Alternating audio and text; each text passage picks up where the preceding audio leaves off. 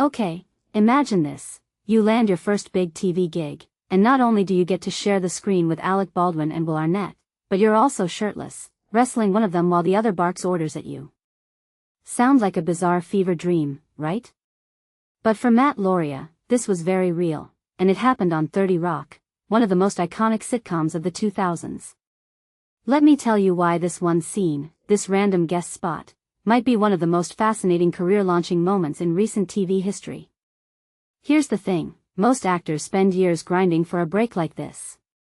But Lauria? He booked the role days before filming, flew to New York on a moment's notice, and showed up to a set that had completely changed the script overnight. Shirtless scene? Total surprise. Craft services?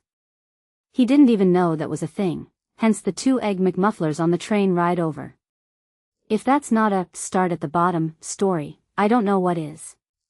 But what's really interesting here is how this chaotic setup became the perfect pressure cooker for what came next. Let's unpack the scene itself. He's not just standing there, he's tackling Will Arnett's character, Devon Banks, in a moment that's equal parts homoerotic tension and physical comedy. And here's where the meta layer kicks in. Devon's secret sexuality is central to the joke. So Lauria's character isn't just a pretty boy prop, he's a narrative weapon. But here's what most people miss, this wasn't some throwaway cameo. Baldwin, of all people, basically handed Lauria a masterclass in staying cool under fire. When Lauria flubbed a line, Baldwin snapped, "You got a long career ahead of you, get this." And yeah, it's harsh, but it's also a backhanded blessing.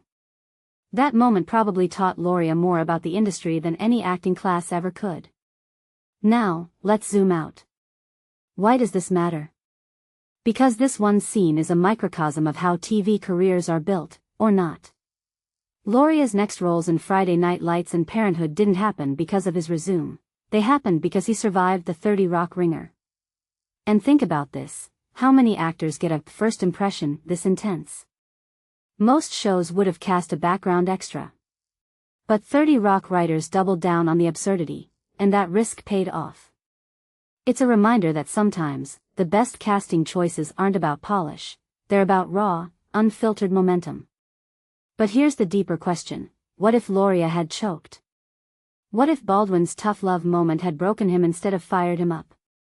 His career could have derailed before it started. That's the tightrope walk of entertainment.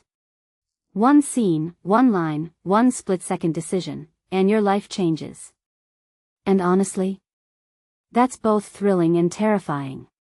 So next time you binge Sheriff Country, remember, Matt Lauria's journey started with a wrestling match, a fast food run, and Alec Baldwin yelling at him. Not bad for a Tuesday morning, right?